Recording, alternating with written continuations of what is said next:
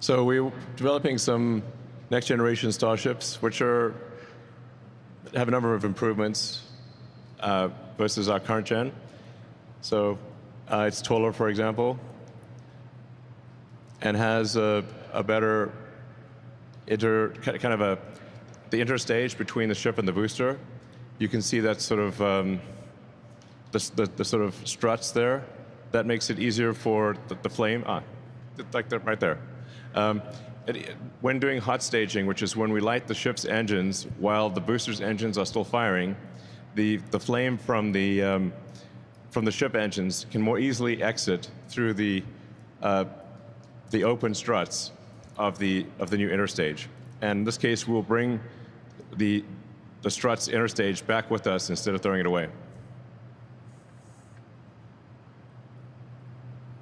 So a little more height here, 72 meters from around 69. Propellant capacity, I think we'll probably push that up a little, maybe 3,700 tons. Long term, my guess is we're maybe around 4,000 tons.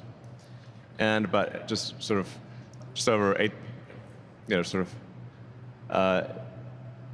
I think probably like 8,300. This will keep getting up. My guess is ultimately we're 4,000 tons here, close to 10,000 tons of thrust. But this is kind of the next level, or the next version of the Super Heavy. So the booster will look a little naked on the bottom because the Raptor 3 engines don't require a heat shield. So it looks like there's kind of parts missing, but that's just because the Raptor heat shield does not. The Raptor 3 does not need a heat shield. So it's just standing there in a bathed in flaming plasma.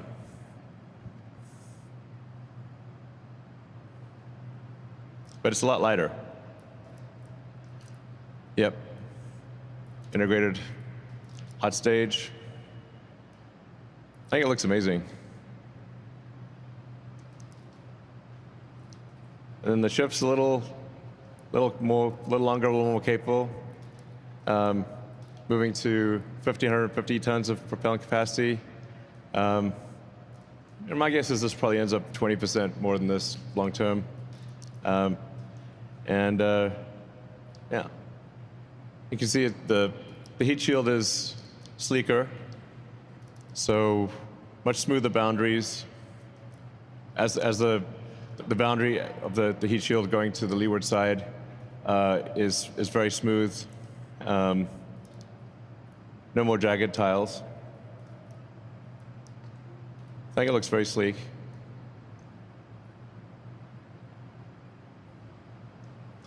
And this version we still have 6 engines, but a future version will have 9. But with the Raptor 3, again, we have improved reduced mass, higher specific impulse.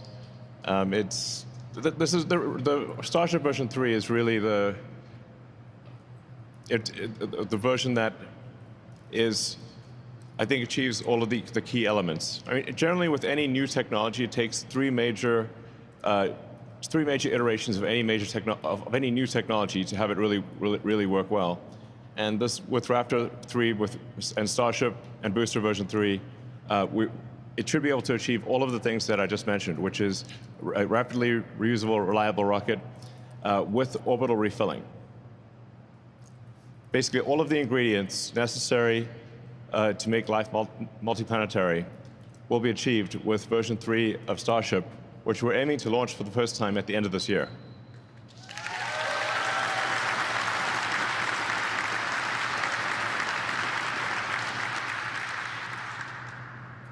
Yeah, so you can see this is kind of where things are on the left, where things will be end of this year in the middle, and as I was saying, kind of where things will be probably long term.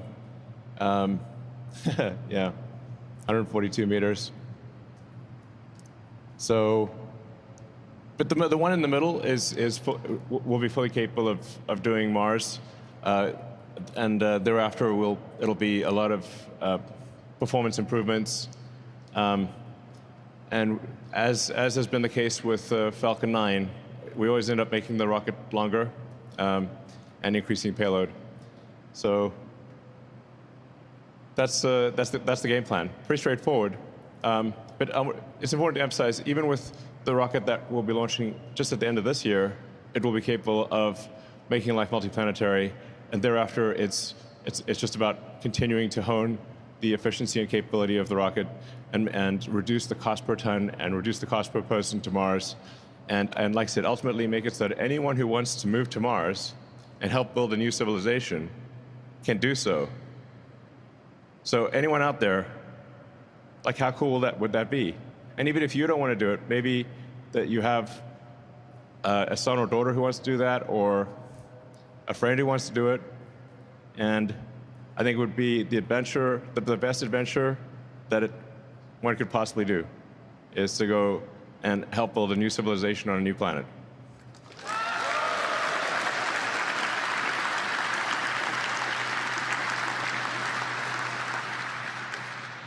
So yeah, ultimately we'll have 42 engines, which it was inevitable. As the prophecy foretold by the great prophet Douglas Adams in his book, The Hitchhiker's Guide to the Galaxy, the answer to the meaning of life is 42. And so inevitably, the Starship stack will have 42 engines.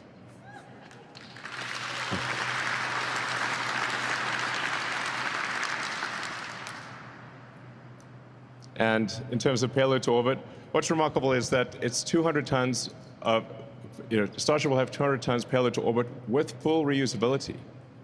So this is twice the capability of the Saturn V moon rocket. The Saturn V moon rocket was fully expendable.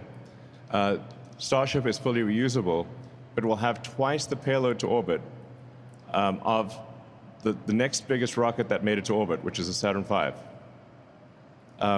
In fact, without reusability, Starship would have about 400 tons of payload to orbit.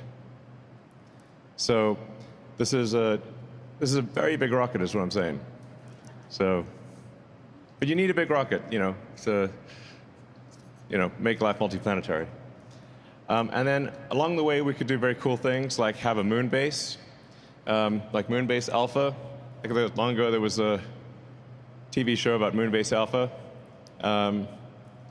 You couldn't think about the physics of that too much because apparently, like the moon base was like drifting away from Earth. But anyway, we should have a Moonbase Alpha, which is the next step after the Apollo program would be to have a base on the moon. So you could have a gigantic science station doing research about the nature of the universe on the moon. Would be very cool.